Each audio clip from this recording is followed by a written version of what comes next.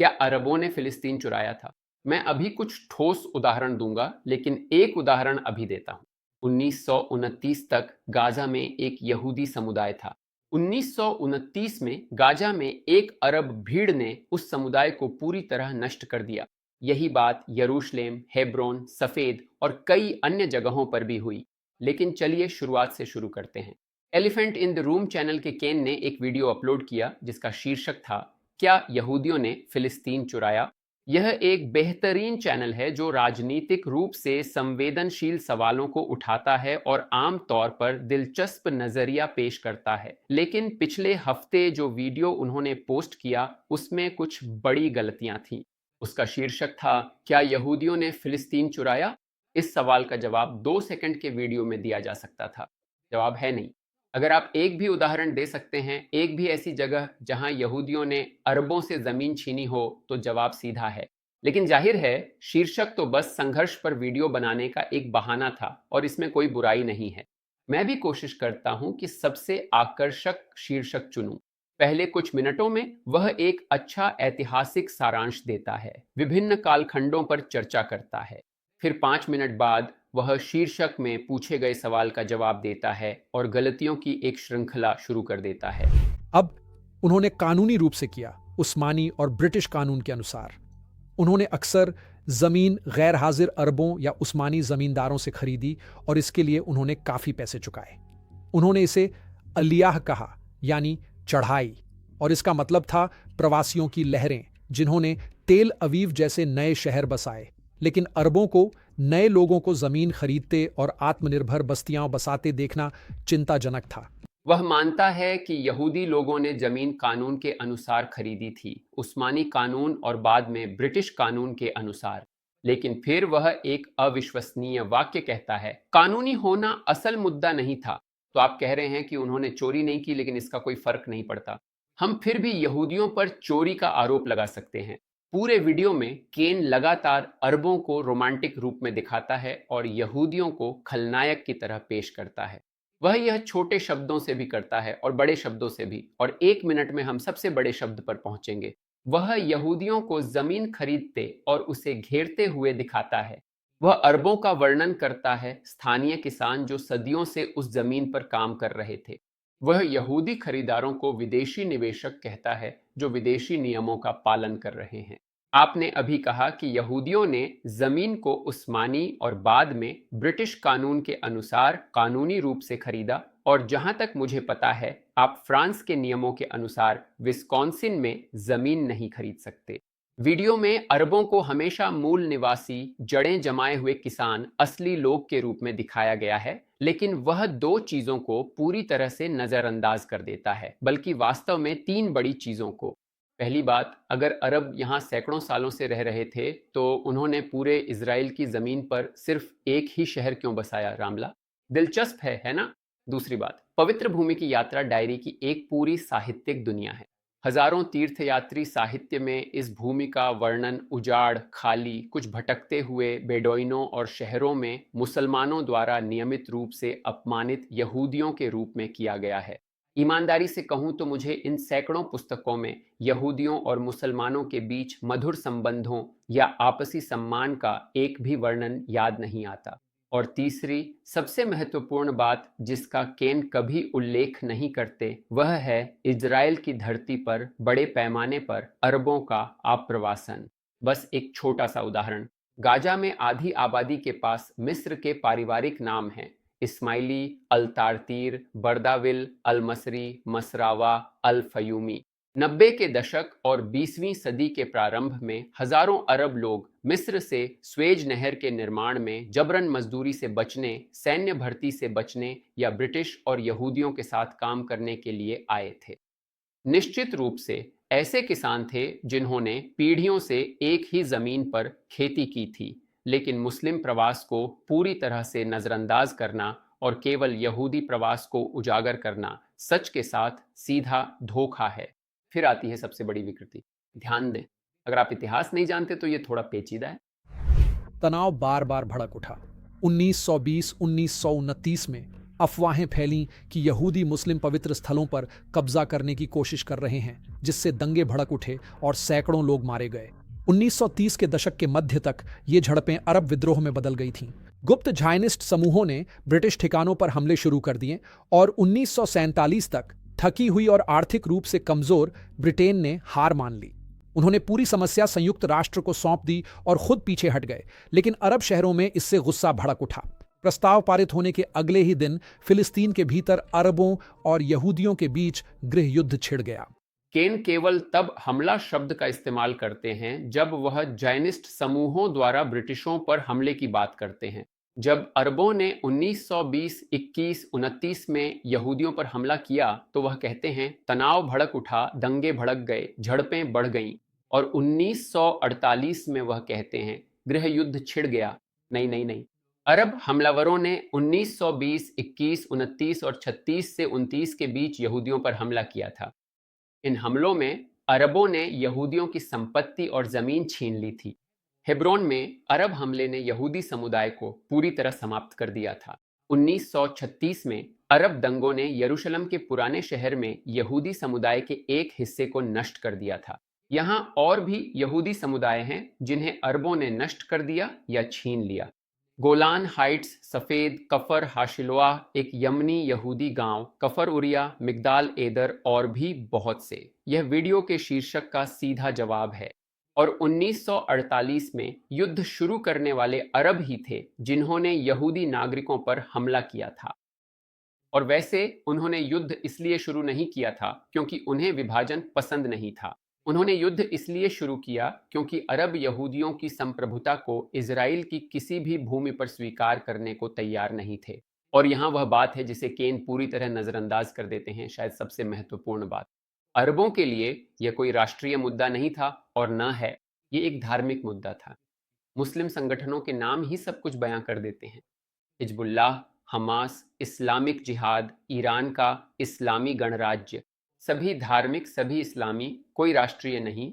इस्लामी सोच में यहूदियों को निम्न वर्ग माना जाता है। उन्हें जिजिया देना पड़ता है जो हीन लोगों के लिए एक कर है। यह विचार कि हीन माने जाने वाले यहूदी संप्रभुता चाहते हैं, इस्लामी दुनिया के बड़े हिस्से ने कभी स्वीकार नहीं किया।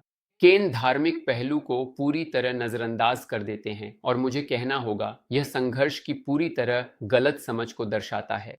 फिर जब वे संयुक्त राष्ट्र के विभाजन योजना की बात करते हैं तो वे कई बहुत महत्वपूर्ण विवरणों को छोड़ देते हैं। यहूदी राज्य को लगभग 55% भूमि मिलती, जबकि उस समय यहूदी आबादी का केवल 1/3 हिस्सा थे और उनके पास 10% से भी कम भूमि थी। बाकी हिस्सा एक अरब राज्य को जाता, लेकिन कुछ लोग तर्क देते हैं कि यह आंकड़ा थोड़ा भ्रामक हो सकता है क्योंकि यहूदी हिस्से का बड़ा भाग नेगेव रेगिस्तान था। वह इलाका खाली, सूखा और ज्यादातर रहने लायक नहीं था। अरब राज्य को अधिकांश उपजाऊ भूमि और कस्बे मिलते। यह निर्णय आंशिक रूप से बड़ी अरब आबादी को विस्थापित होने से बचाने के लिए लिया गया था। यहूदियों ने इस योजना को जीवन रेखा माना, उस देश के लिए जिसका वे लंबे समय से सपना देख रहे थे। अरबों ने इसे विश्वासघात के रूप में देखा। उनकी जमीन थी और वे बहुसंख्यक थे। अब इसका आधा हिस्सा उन लोगों को सौंपा जा रहा था जिन्हें वे हाल ही में आए और उपनिवेशवादी ताकत द्वारा समर्थित मानते थे। संयुक्त राष्ट्र के मतदान ने यहूदी कस्बों में जश्न शुरू कर दिया। वे कहते हैं कि यहूदियों ने इस योजना को जीवन रेखा के रूप में देखा। यह सच नहीं है। कई यहूदी निराश थे क्योंकि यह योजना राष्ट्र संघ के निर्णय का विरोध करती थी और यरूशलेम, जो यहूदियों का सबसे पवित्र शहर है, को अंतरराष्ट्रीय नियंत्रण में रखती थी। लेकिन यहूदी हमेशा समझौता करने और आगे बढ़ने की कोशिश करते रहे, इसलिए उन्होंने इसे स्वीकार कर लिया। अरबों ने, जिन्होंने किसी भी यहूदी संप्रभुता को स्वीकार नहीं किया, युद्ध शुरू कर दिया। विभाजन को अनुचित बताने वाले दावे बाद में गढ़े गए बहाने हैं। 1948 में अरब नेताओं ने एक बात स्पष्ट रूप से कही, हम यहूदियों को सभी को इजराइल और अरब देशों में समाप्त कर देंगे। इस भूमि के 3 मुख्य अरब नेता हज अमीन अल हुसैनी, हसन सलामे और फौजी कवागजी द्वितीय विश्व युद्ध के वर्षों में नाजी जर्मनी में यहूदी विरोधी प्रचार करते रहे और मुस्लिम एसएस इकाइयां बनाई। मुझ पर विश्वास नहीं है, मुझे गलत साबित करें। मुझे एक भी ऐसा अरब नेता दिखाइए जिसने यहूदी स्वतंत्रता का समर्थन किया हो लेकिन इससे भी कहीं अधिक महत्वपूर्ण बात यह है कि पहले से ही एक नया अरब देश बन चुका था जिसे केन पूरी तरह से नजरअंदाज करते हैं, जॉर्डन। ब्रिटिशों ने यह भूमि यहूदियों और अरबों दोनों से वादा की थी। उन्होंने अपना वादा अरबों से निभाया। उन्होंने जॉर्डन साम्राज्य की स्थापना की। सिर्फ यही नहीं, बल्कि ब्रिटिशों ने उसकी सेना को प्रशिक्षित किया, उसे वित्त पोषित किया और उसे हथियार दिए। जॉर्डन की सेना का कमांडर ब्रिटिश था। अगर 1948 में किसी ब्रिटिश अधिकारी ने इजरायली सेना की कमान संभाली होती तो आप उसका नाम बार बार सुनते और उसे इजराइल के उपनिवेशवादी होने का सबूत बताया जाता। लेकिन जब ब्रिटेन ने अरबों को मंडेट का 75% हिस्सा दे दिया और उनकी सेना बनाई तो सब चुप रहे। ब्रिटिश प्रशिक्षण और हथियारों की बदौलत जॉर्डन 1948 में सबसे मजबूत अरब सेना बन गया और उसने युद्ध में यहूदियों का सबसे बड़ा नरसंहार किया, कफर एत्जियन नरसंहार, जिसमें 130 यहूदियों की हत्या कर दी गई, जिनमें से कई ने आत्मसमर्पण कर दिया था। जॉर्डन उपनिवेशवादी सहयोग का अरबों के साथ सबसे स्पष्ट उदाहरण है, लेकिन कोई इस बारे में बात नहीं करता क्योंकि यह उस कथानक में फिट नहीं बैठता। न्याय की बात करें तो केन ने एक ऐसी बात का जिक्र किया जिसे इस संघर्ष पर ज्यादातर वीडियो नजरअंदाज कर देते हैं, यहूदी नकबा, यानी वे 8 लाख यहूदी जिन्हें अरब देशों से निकाल दिया गया था। लेकिन उन्होंने तुरंत ही एक झूठी तुलना कर दी। 1948 से लेकर 1950 के शुरुआती वर्षों के बीच यहूदियों को भी अपनी खुद की नकबा का सामना करना पड़ा। करीब 8 लाख यहूदियों को अरब देशों से जबरन निकाला गया, जिनमें से कई इराक, यमन और मिस्र जैसे स्थानों से थे, जहां उनके परिवार सदियों से रह रहे थे। अधिकांश लोगों ने इजराइल में पुनर्वास किया, जिससे इजराइल की आबादी 3 साल में दोगुनी हो गई। 2 समूहों के लोगों ने लगभग एक ही समय पर अपने घर खो दिए। एक पक्ष ने एक नया राष्ट्र बनाया, दूसरा पक्ष बिना देश के रह गया और गाजा, वेस्ट बैंक, लेबनान और सीरिया के शरणार्थी शिविरों में बिखर गया। यही असली अंतर है। अरबों ने अपने घर इसलिए खोए क्योंकि उन्होंने युद्ध शुरू किया, यहूदी समुदाय को समाप्त करने की कोशिश की और हार गए। Yemen, Morocco, Syria, Lebanon, Iraq और ईरान में यहूदियों ने अपने घर अरब हिंसा, नरसंहार और उत्पीड़न के कारण खो दिए। यहूदियों ने कभी भी मोरक्को, यमन या इराक में अपने अरब पड़ोसियों पर हमला नहीं किया। केन कुछ दिलचस्प कहते हैं, एक पक्ष ने एक राष्ट्र बनाया, दूसरा पक्ष बिना देश के ही रह गया। मुझे लगता है कि यह वीडियो के लिए एक दिलचस्प विषय होगा। यहूदी क्यों सफल हुए? हालांकि यह एक छोटा सा देश है, छोटा बाजार है, न तेल है, रेगिस्तान है और चारों ओर दुश्मन है, फिर भी यहूदियों ने एक समृद्ध देश बना लिया, जबकि अरब लोग तेल और विशाल बाजार के बावजूद असफल रहे। न केवल फिलिस्तीनी दुनिया के सबसे विशेषाधिकार प्राप्त लोगों में से हैं, बल्कि उन्हें किसी भी अन्य समूह से अधिक धन मिलता है और वे एकमात्र लोग हैं जिनकी अपनी संयुक्त राष्ट्र एजेंसी है। पागलपन है ना? मेरा अनुमान है, क्योंकि यहूदी समाज अहिंसक है। यह खुलेपन, बहस और नवाचार को प्रोत्साहित करता है। अरब समाज वर्ग आधारित है, कहीं अधिक हिंसक है। हर अरब देश एक तानाशाही है और वे जो पैसा पाते हैं उसका उपयोग अपने देश को बनाने में नहीं, बल्कि हमें नष्ट करने की कोशिश में निवेश करते हैं। यही सच्चाई है। अब केन पहचान के सवाल पर आता है। क्या कभी कोई फिलिस्तीनी लोग थे? वह सही रूप से उद्धृत करता है कि जनादेश के तहत कई फिलिस्तीनी संस्थाएं यहूदी थीं।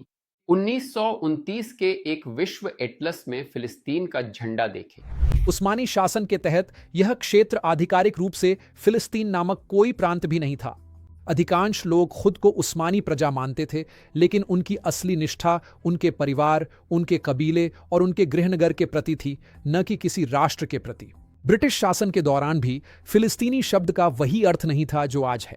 शुरुआत में यह एक भौगोलिक शब्द था। ब्रिटिश जनादेश में रहने वाला कोई भी व्यक्ति फिलिस्तीनी कहलाया जा सकता था। वास्तव में कुछ सबसे प्रसिद्ध फिलिस्तीनी संस्थान वास्तव में यहूदी थे, जैसे कि पैलेस्टाइन पोस्ट अखबार, जो बाद में जेरूसलम पोस्ट बन गया, और पैलेस्टाइन सिम्फनी ऑर्केस्ट्रा। वह स्पष्ट निष्कर्ष पर पहुंचने से ठीक पहले रुक जाता है।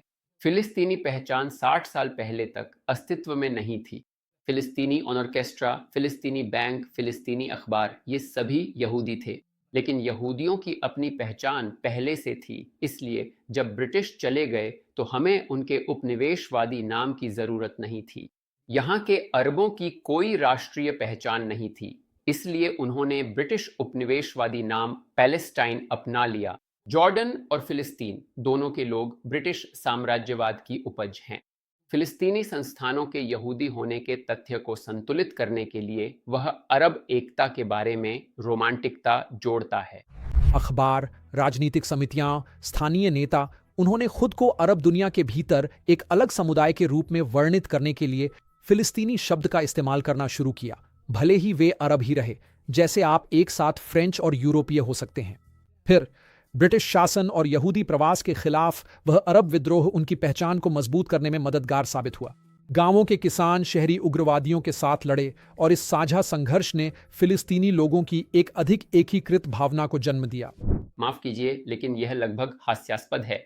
जो कोई भी अरब समाज को जानता है वह जानता है कि यह कल्पना है।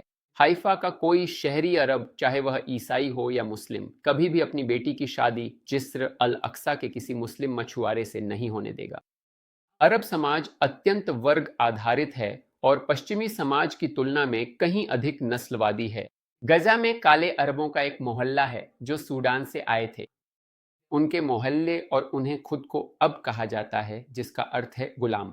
कल्पना कीजिए कि अमेरिका में किसी अश्वेत व्यक्ति को गुलाम कहकर बुलाया जाए। लेकिन इससे भी महत्वपूर्ण बात यह है कि जिस अरब विद्रोह का केन ने शुरुआत में जिक्र किया, उसमें अरबों ने 230 ब्रिटिश और हजारों अन्य अरबों की हत्या कर दी थी।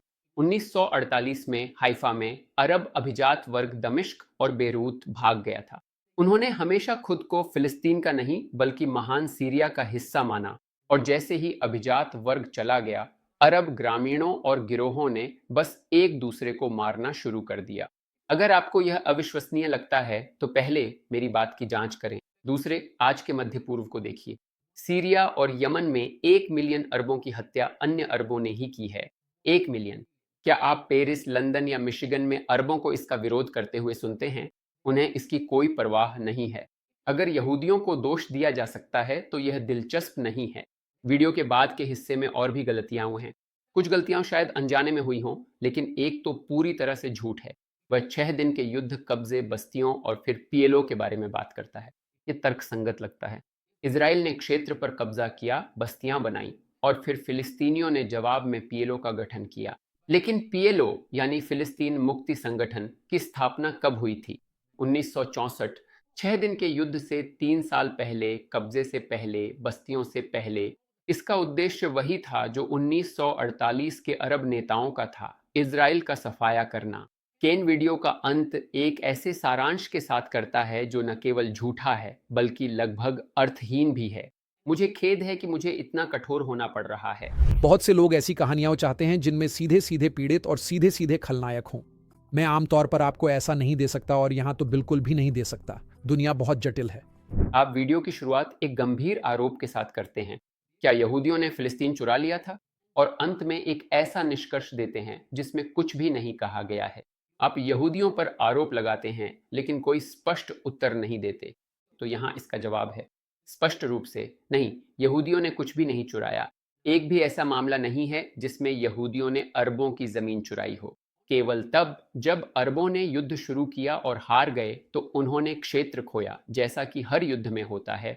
जर्मनों से पूछिए जिन्होंने पोलैंड और रूस के खिलाफ युद्ध शुरू करने के बाद अपनी जमीन खो दी थी।